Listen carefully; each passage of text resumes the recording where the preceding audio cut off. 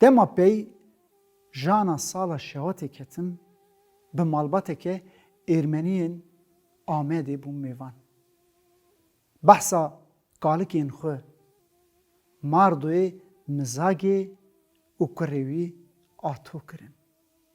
Bav di komkujiya sala 1915 da kur jî di komkujiya sala şevatê ya 1927 da hatibûn kuştinê. 7 sal şûnda dema bûyera nedîtî a bihîstî digotin bêhnewan diçikiya. Her du birayan davêtin berhev. Ji berî hatina qesabê Diyarbekirê Doktor Reşîd Ermenî çi bextewar jiyane li Amedê. û di gundê mizaga Lîcê da malbatên Mardo, Garo û Tomas ji hev re cîrantiyeke çi bext kirine. Ji bê û berî haja tofanê gundî bi gundîtî atoyê kurê Mardo bi def û zirne dişînin Tatvanê leşkeriyê. Ato hêj nû hînî cihê xwe dibe ku şahadiya komkujiya Ermeniyên Wan, Bitlis û Muşê dike. Dilê wî dişewîte, qîreta wî ranake. Lê çi bike? Destê wî tu tiştek nayê. Goh û dilê wî ji benda xeberên Amedê. Hey carinan behs çê dibe. Lê ji tirsan nikare bipirse. Dibêjin waliyekî pir xeddar hatiye Amedê û sonda Ermeniyan xariye. Bi şevekê ji her yekîneyekê yek tu leşkeran dişbêrin. Xwedê giravî ji bo pêwîrekê leşkerên herî bijarte dişbêrin. Tişta balkêş yên ji bartine hemû jî Ermenî ne. Ji Wanê, Bitlisê, Muşê û Amedê. Di niqote dilê ato bi dengekî nizm ji hevalê xwe re dibêje ev zalimên me bikuşin. Hevalê wî ji hêrsana sor dibe dibêje devê xwe jî xêrê re vekelo. Di şeva reşetarî da wan ji ber behra Wanê rêz dikin. Li hemberî wan hevalên wan ên ji berî razanê henek ji hev ra kirine bi çekan nîşana wan dikirin. Rihê wan kişyaye ji sûda mirine.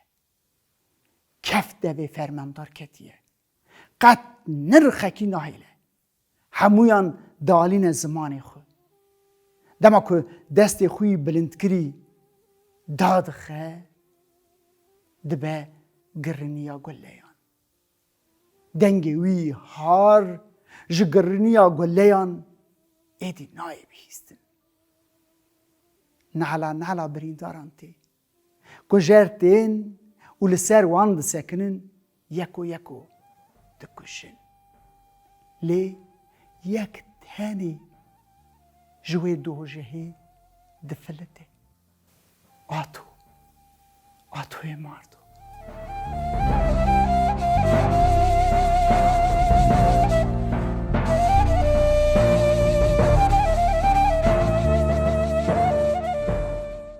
Dema gullebaran dest pê dike fîşeng nagihîjin bayê wî ya. Xwe davêje nav golê. Dibin zîlan da xwe vedişêre. Dema leşker qetlê xelas dikin ew jî sobenî dikute ji dereke dûr û ewle ji golê derdikeve û berê xwe dide li çê. Roja dehemîn xwe digihîne gundê cîran hendivê. Teletel û rasterast xwe davêje mala dostê bavê xwe Xalê Zilfû. Xalê Zilfû dema wî wisa bi wî halî û nîvrihî dibîne dibizde. Dibêje ato lao xêr e tu hev der ev çi hal e? Ato ji Xalê Zilfû ra behsa قتلاوی شوید که خالص الفوجی جوی را بحثا یا گندی وان و دبیجه ji gundê wê yî terekî bi tenê her du xuşkên teyên biçûkman. Ji xêrxazekî gundê heşe derê ji wan xadî derket law.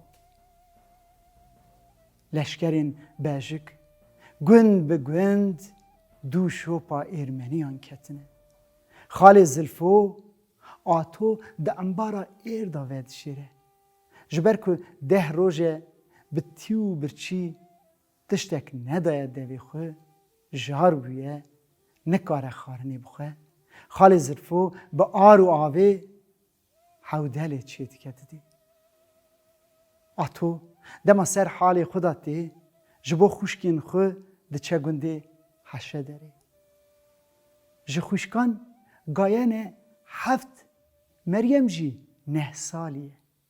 Roja komkujî pêk tê her du xuşk, her du çêlekên malbatê edî û borî dibin gerê çêrandinê. Dema ku esra derengî tên dibînin çi? Gund xalî bûye. Mirov kuştine, heywan qetil kirine û agir berî avahiyan dane. Her du zar tirsê dikevin. Zimanê wan lal dibe, nagere. Xwîn her du çêlekan digre. Har dibin her du çêlek. Di orînin ji vî serê gund direvin wî serî, ji wî serê gund direvin vî serî.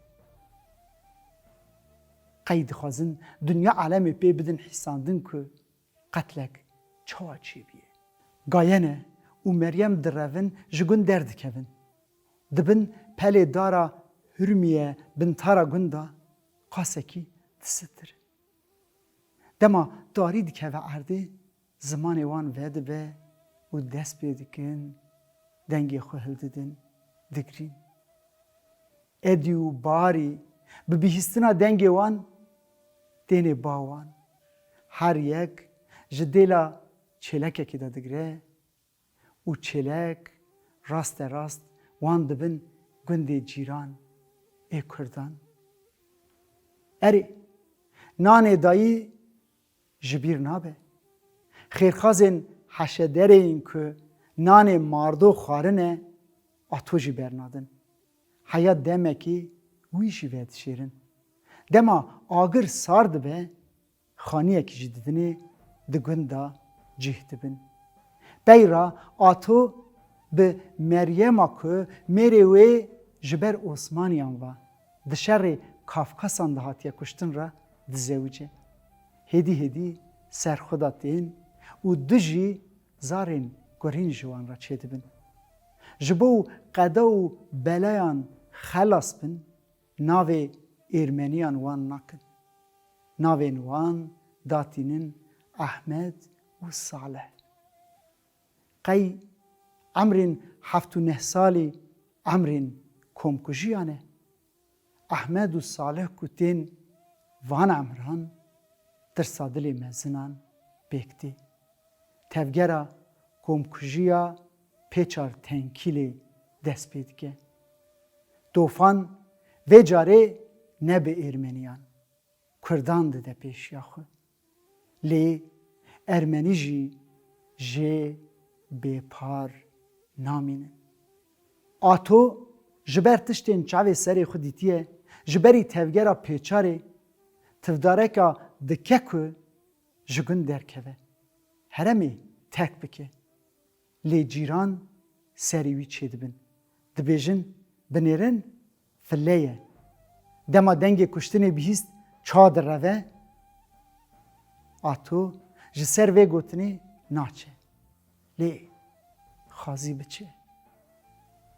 Mixabin di roja duyemîn da dora gund tê pêçandin. Fermandar Elî bar û tê zalim dibe qasidê qolfelegî. Zara dihêle jin û mêran dide pêşiya xwe wê bibe. Zar ku digirîn û peyê wan dikevin, jinan dihêle. Şêst çend mêran dema ku dibe, ji wan çend heb wexta dixwazin birevin, tên kuştin. Yên mayî dibin geliyê ristamê û bi hev vegirê didin. Heya ku dengê wan tê birandin, gulla dibarînin.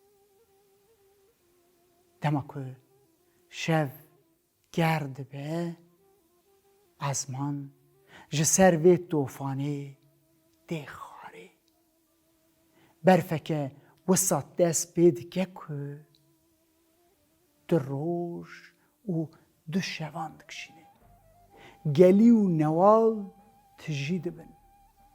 Xweza kefenekî spî dikişîne ser gunehkariyê. Jin û zar qet nizanin çi hatiye serê merivên wan.